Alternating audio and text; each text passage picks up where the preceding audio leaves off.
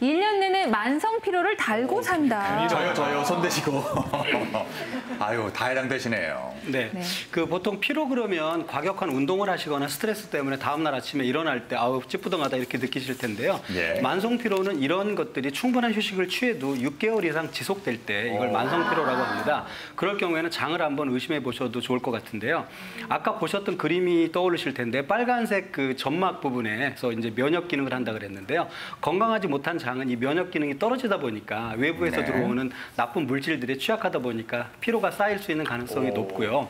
또 한 가지는 위에 있는 균들이 좋은 균이 있어야 되는데 나쁜 균은 또 활성산소라고 하는 나쁜 물질들을 만들어내기 때문에요. 예, 점막이 건강하지 못하고 균까지 건강하지 못하다면 두 가지 이중고 때문에 만성 피로가 생길 가능성이 높게 되죠. 네. 그리고 혹시 이런 증상이 있으신지 좀 보세요. 그러니까 이런 증상이 있으시면은 그 불량한 세균이 더 많을 수 있어요, 장내에. 감기랑 구내염을 달고 사는 분들. 저도 장내 세균이구나. 예. 네, 보통 그 장뿐만 아니라 입안에 있는 균들도 이제 장하고 밀접하게 관련되어 있는데요. 그래서 입안에도 좋은 균, 나쁜 균들이 있습니다. 그래서 나쁜 균이 많은 분들은 아무래도 뭐 구내염이라든가 잇몸 질환 같은 것들 많이 좀 느끼실 거고요. 어르신들은 아마 저도 마찬가지지만 좀 피곤하면 잇몸이 먼저 아프게 되죠. 그만큼 이제 면역에 중요한 역할을 하고 있기 때문에 면역이 떨어지면 반대로 또 감기도 또 많이 걸리게 됩니다. 그래서 지금 말씀하신 것처럼 감기나 구내염이 있다 그러면 전체적으로 장이나 입안의 균 상태가 안 좋다 이렇게 보시면 좋겠습니다. 알겠습니다. 그리고 이거 어떻게 하죠? 이유 없는 두통이나 요통 같은 만성 통증이 있으세요?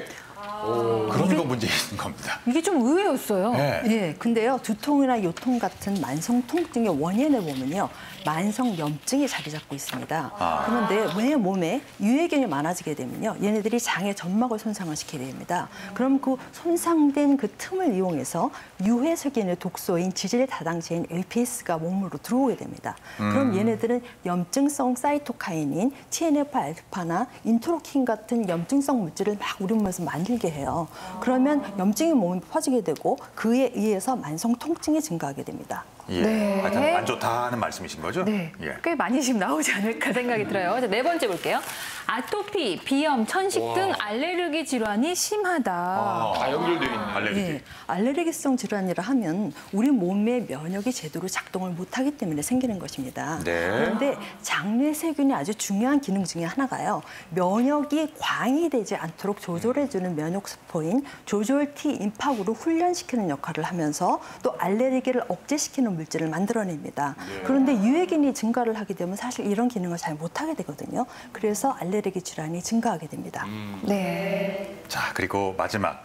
이게 아마 공통된 고민들이었을 것 같은데요. 설사가 잦거나 변비로 고생하시는 분들. 답해 주시죠.